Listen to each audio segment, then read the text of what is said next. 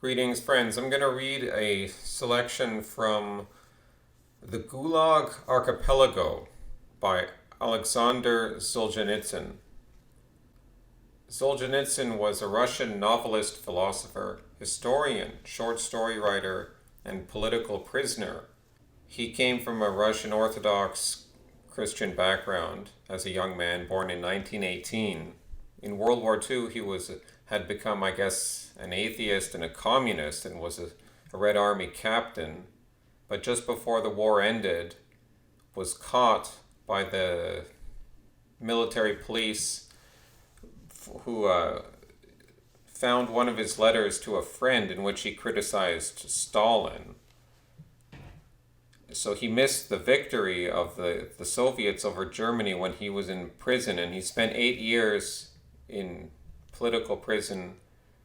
That's when he was basing his book on the Gulag Archipelago, which Jordan Peterson talks a lot about Solzhenitsyn, and I know it can be kind of a depressing, dreary subject, but that's not what I'm interested in here, actually. This is quite interesting, this selection, which I can thank my friend for sending this to me a while back. I didn't really read the whole thing in full.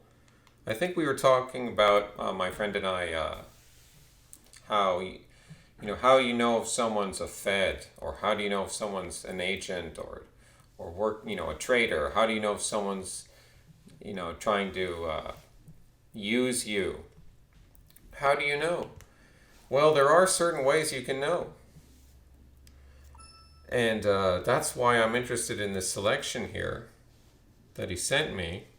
So I'm just going to read. It's just basically just most of one page. That's all. So he's describing his experience living in a gulag.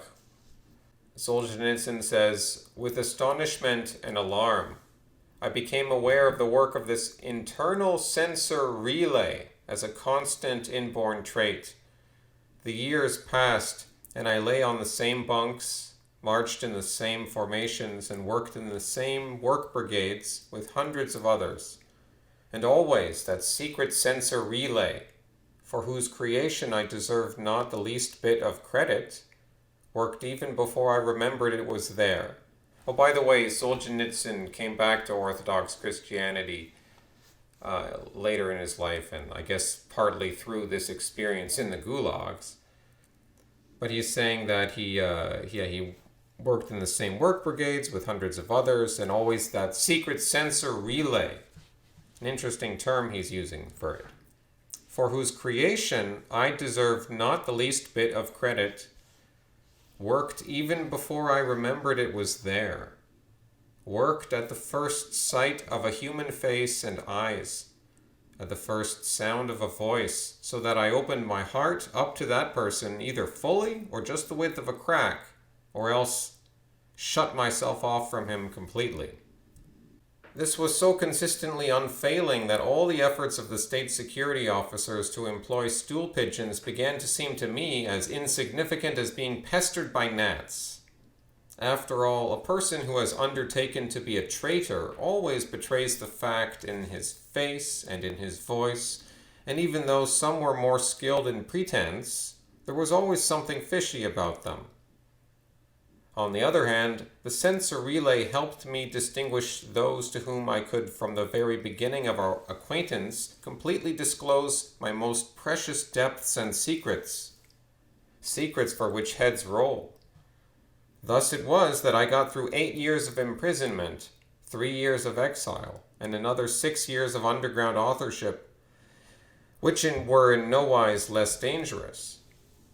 During all those 17 years, I recklessly revealed myself to dozens of people, and didn't make a misstep even once. I have never read about this trait anywhere, and I mention it here for those interested in psychology.